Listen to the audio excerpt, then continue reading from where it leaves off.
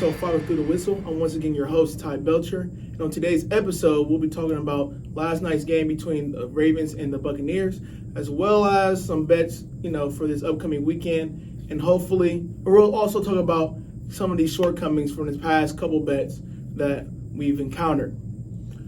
But like I said, let's start off with last night's game between the Bucs and the Ravens, where the Buccaneers once again struggle, and the Ravens actually change up their usual method and finish out the game all the way. So the last couple of weeks, Lamar Jackson and the Ravens have been squandering second half leads.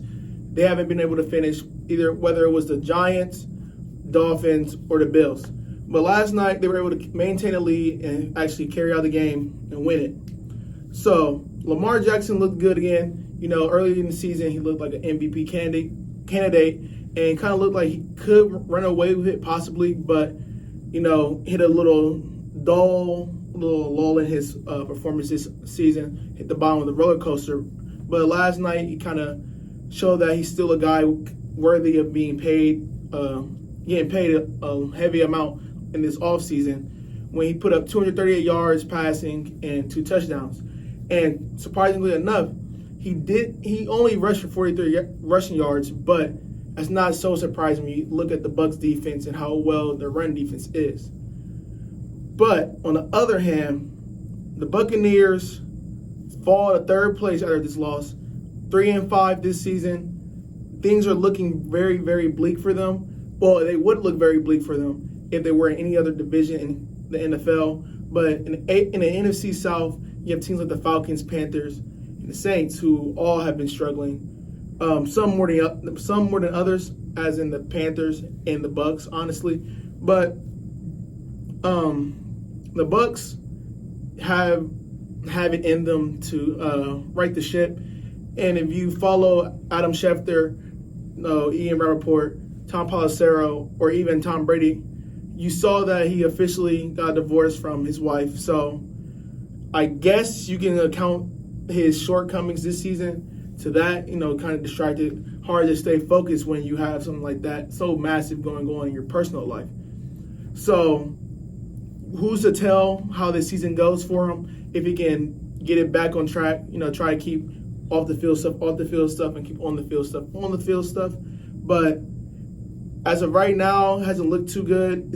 And the Bucs overall just had a big loss as well earlier, with Shaq Barrett being out for the rest of the season. Shaq Barrett was one of their best players on their defense, as well as the whole team as a whole. But Bucs lose one of their top guys, fall to third, all in the same night.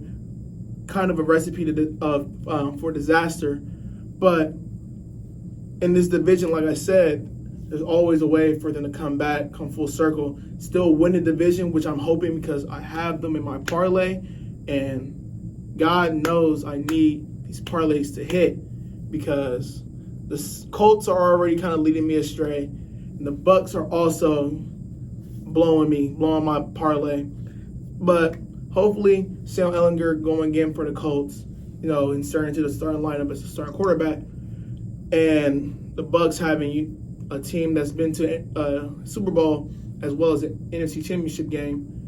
Hopefully, they can get things together and pull and turn this season around, get back to the playoffs, win the division, which is all indeed I care about, is them winning the division, because it's my parlay.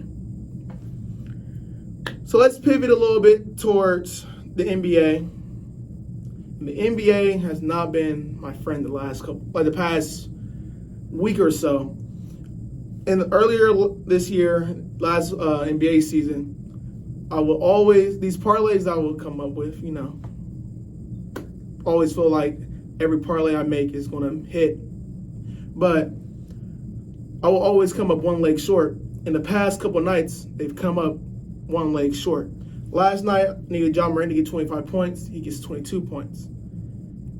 Night before that, I need LeBron to get 23 points. He ends with 19 points in a game that he's very passive in.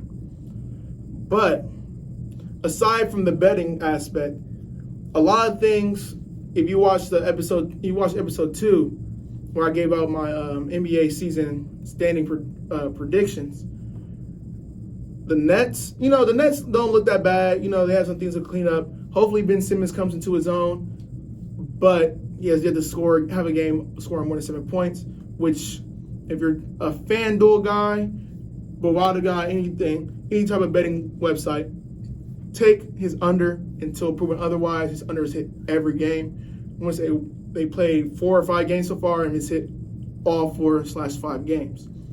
But the Lakers, I think their season's dead. If they don't trade for Halliburton / Buddy Hield, I think their seasons might as well just go ahead and punt, blow it all up, trade LeBron, trade AD, free them from that organization, try to get some picks back. Because in a way, they did win a trade with the New Orleans Pelicans because they got a ring, which is the ultimate winner of any trade if you win. So Lakers aren't looking like they'll make the playoffs as of right now. The Suns have surprised me and do look like they will be a top 5 seed once again. The Grizzlies look good. Pelicans have looked as good as advertised. Even without Zion and Brandon Ingram, we're able to beat the Luka Doncic-led Mavs. And they look good. Look like they have a lot of depth. Jonas Valanciunas, great rebounder down low. It's that whole lineup. Everybody knows their role so perfectly and to the T that everything just smooth. It's nice and smooth for the Pelicans. Probably will be a top 4 seed, like I said. I will take credit for that one. But the piggyback off of that to the Eastern Conference, the 76ers can't get right. Every other game, Joel Embiid can rebound. Every other game, Harden's off, but it's kind of expected because they expect the basketball player to be able to shoot high percentage every game. High percentage being like 50% or like high 48 or higher, high 40s and higher is kind of a lot to ask of anybody in basketball. But Embiid questionable tonight, never a good sign, especially against the Raptors team who matches up very well against the 76ers. But I do think that the 76ers will still make the playoffs, obviously, but I don't think they'll end up being a top 4 seed, especially when teams in the East are just coming out so hot right now. Cavs are looking good as advertised, even though without Garland. Bucks are the Bucks. We all know how they get. And the Bulls have played better than I expected, especially with no Lonzo Ball. But with Zach LaVine coming back, they were able to get a little shot in the arm, get them going a little bit more, like they drink a bang or something. But very early in the basketball season, Luka's still looking good. Giannis still looking good. Ja's playing pretty well. So those 3 guys you might want to keep an eye out for in the MVP race if you want to place a bet. I would go one of those 3 guys, Giannis, Luka, or Ja Morant to win the MVP, as well as and parlaying that with Paolo Banchero winning Rookie of the Year because he's still scoring pretty well without the 3-point shot that we talked about last Friday, I think. Without the 3-point shot, still able to put up points, score at will. So I would be very, very surprised if he doesn't win Rookie of the Year. Now, for college football this upcoming weekend, there's a couple of big games. One of those being Ohio State, Penn State, which I don't really consider a big game because I know for a fact Ohio State's going to run away with this game. I know this in Happy Valley. Everybody knows the White Owl at Penn State. It's a hard thing to play in. But with the way that the contract is set up with the Big Ten and Fox, it's been negating a lot of atmospheres in the Big Ten. Having a game in Kinnick Stadium playing at Iowa, Kinnick Stadium during the day is a way different atmosphere than playing there at night. We saw years ago playing at Iowa, Michigan lost undefeated, Ohio State lost, I think a 1-loss team. And then Penn State, we've seen Ohio State go in there and lose. We've seen Michigan go up there and just get ran out the stadium. So Happy Valley at night, I would say Ohio State will have a lot more troubles than they do playing at noon. So with it being at noon, Ohio State easily covers the 15.5 point spread. Even if Jackson Smith and Jigba doesn't play, I'm 100% sure that Ohio State will still win that game. Another big game that's in the Big Ten is Michigan and Michigan State. So Michigan comes in undefeated, easy stuff. I guess you can say kind of a cakewalk schedule so far, but you can only play with who's on your schedule. You can only eat the food that's on your plate. But Michigan comes out 22-point favorite against Michigan State, a night game where I do not think Michigan has lost a night game in their history. If they have, they've only lost one, which was against Penn State, if I'm remembering correctly. But I do not think that Michigan has lost a single night game, and this game is getting played at night. So Michigan State struggling. We saw how they played against Ohio State, saw how they played against Washington, saw how they played against a lot of teams, and they don't look good.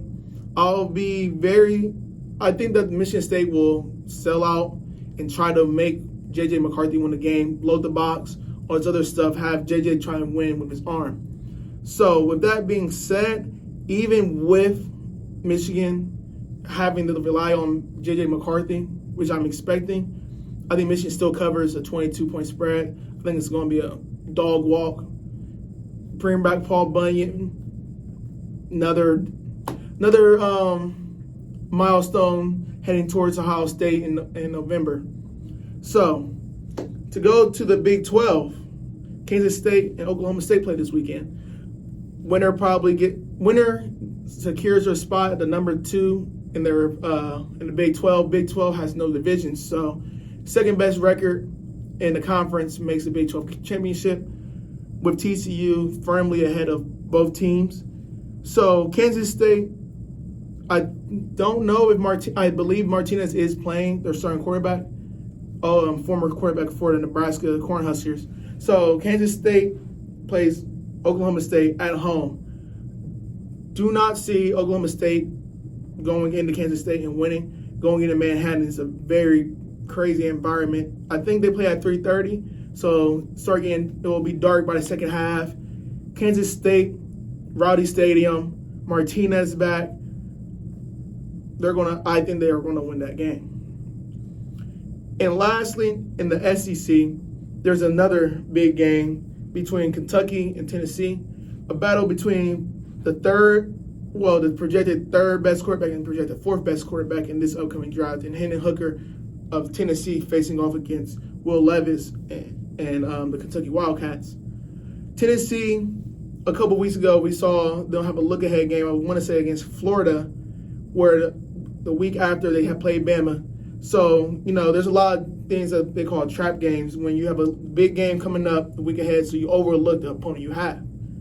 But Tennessee has proven earlier this season that they worry about what they're dealing with right now, not what we're going to deal with ahead. So Tennessee is going to absolutely baffle the Kentucky Wildcats. Tennessee coming out all black jerseys. Everybody knows the saying that Deion said, look good, play good. You play good, you get paid good. So Hendon Hooker probably only plays about 3/4 of this game.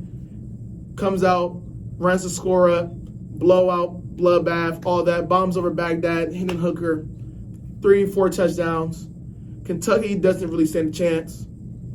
And then after this weekend, we get to look ahead to Tennessee versus Georgia, which is a very highly anticipated matchup between the first and third ranked teams that will probably be the same rankings that we'll see in the upcoming college football playoff rankings that comes out on Tuesday.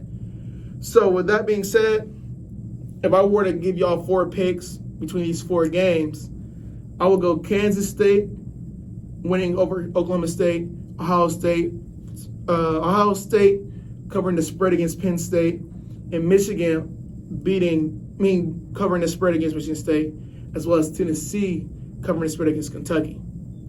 So we're going to go into a short little break. We're going to talk about some bets for this upcoming weekend and get into a couple of the NFL matchups.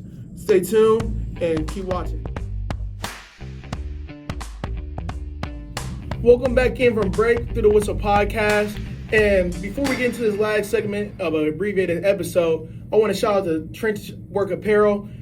Great product, great t-shirts, great hats, great anything you need for any time of the day, any type of activity, whether you're playing a sport. They have dry fit apparel as well as some great tees, trench work apparel, and make sure y'all cop a t-shirt. So, for our last segment, we're going to talk about some games for this upcoming Sunday, where there's not that many big matchups, technically, if you were to look at records between the two teams, besides the Seahawks and the Giants, which is a stay-away game for me. I think the Giants will win that game. Geno Smith's still been playing great football, but don't think this train keeps going for the Seahawks. Lose to the Giants. The Giants improve into 7-1 in this season. But in some games that I do like, let's start off in New Orleans. The Raiders take on the New Orleans Saints in a game where the Raiders are coming in trying to get a winning streak going. Devontae Adams and Derek Carr are trying to still find their footing a little bit as Josh McDaniels is still trying to find his footing as a head coach once again. But they will be playing against the Saints team as will be missing their top two receivers in Jarvis Landry and Michael Thomas once again, as well as I don't know they really announced a starter yet between Andy Dalton and Jameis Winston. But if it's Jameis Winston, you have a guy who hasn't played in about a month. And then if it's Andy Dalton, it's Andy Dalton. No one's worried about Andy Dalton. I would bet against Andy Dalton every day of the week. And I'll probably win every bet every day of that week. So, with all that being said, the line is only at 1.5 between the two. So it's essentially a pick'em game. So, kind of uncharacteristic of me. I'm moving the line towards the Raiders, bumping up a point, moving it up to 2.5. In the Eagles-Steelers game, in a matchup between two Pennsylvania teams, kind of a short drive, very short drive between the two. I think the Eagles win against the Steelers, keep the train moving, stay undefeated, because the Eagles have firepower, have weapons on the outside, and the Steelers don't have anybody to guard that on the outside. I also don't think that the Steelers will be able to move the ball. I don't believe in Kenny Pickett at all. Kenny Pickett hasn't shown me anything. And I also think the Eagles have people on the defensive side who match up well against Chase, not against Chase Claypool, but against Deontay Johnson and George Pickens, with the Eagles having Bradbury and Darius Slay. So with that being said, I'm taking Eagles minus 4.5. In a game between the Dolphins and who was it? The Dolphins are playing somebody, obviously, but the Dolphins minus 3.5. No, it's Dolphins versus Lions. Lions, one of the best offenses in the early season, fell off tremendously off a cliff, and the Dolphins kind of hit that same little valley that the Lions did, but theirs was logical. It made sense why that happened. Because Tua got hurt, a lot of things went downhill. Because you lose your starting quarterback, of course things aren't going to go right. So, Dolphins are at 3.5 points, taking them at that line. Tua, Waddle, Hill, with another week under the belt, get the ball moving. Don't think that Lions defense can handle that much firepower. You have two speedy receivers. You have a great mind in McDaniels. Yeah, McDaniels calling plays. So, Dolphins are going to get the ball in playmakers' hands. That's all you really need in this game, essentially. Not in all NFL games, but in this game specifically, I think the Dolphins will be able to do with just Tyreek and Jalen Waddle. To the next game, the Bills are playing Aaron Rodgers and the Green Bay Packers. I do not believe in giving 10 points to Aaron Rodgers. It's insane. It's stupid. It's crazy. I don't care if on Sunday the Packers end up getting blown out by 15, 17, 21, all of that. I don't care if they get 21 whitewash off the sticks. I'm not just going to give Aaron Rodgers 10 points. I just can't do it. It goes against every type of logic I have, which is not very much when it comes to betting. I kind of get blindsided and get very narrow in trying to win. But the Bills are going to win this game. They're hot, coming off a bye, nice and rested, ready for this last stretch of the season for the next 10 weeks. So, Bills minus 4.5 is a great play for me, in my opinion. Don't think Stephon Diggs will have any problem with Jair Alexander. Gabe Davis is going to probably go for 80, 90 yards per usual like he does. So Bills win convincingly, but I'm not going to bet on convincingly. I'm taking Bills minus 4.5. And then a game between two teams in the AFC East, which is the Jets and the Patriots. If any of you viewers are going to sit here and tell me you believe in Mac Jones, you're a liar. Mac Jones has never been good, in my opinion. I know he did good in Alabama, but if you give me that wide receiver core, that backfield, that O-line, I can be a first-round pick. Anybody can be a first-round pick at Alabama. And with that type of talent that he had around him, easy. But I don't think Mac Jones will be able to last. That D-line that the Jets are putting out there right now, young D-line that's been getting after every quarterback they played against, and then a defensive backfield that has the defensive rookie of the year in Sauce Gardner, who I don't think he's given up a touchdown yet. Still, the Jets are going to run away with this game, but I'm here for locks. I'm not here to just give bow. No. The Jets are going to cover 4.5. I'm moving the Jets line, I want to say just a point to 4.5. Jets plus 4.5, great play. Not that bad of odds on it. Jets probably do win that game though. But we're here to be safe and make money as well as being safe. So for our sixth leg, we have the Cowboys playing this weekend. Not a big fan of the Cowboys. We're playing the Bears. Not a big fan of the Cowboys for a lot of reasons. Main reason being their fan base. Every year's their year. But unbiased. I'm trying to be unbiased. Cowboys beat the Bears even without Ezekiel Elliott this week.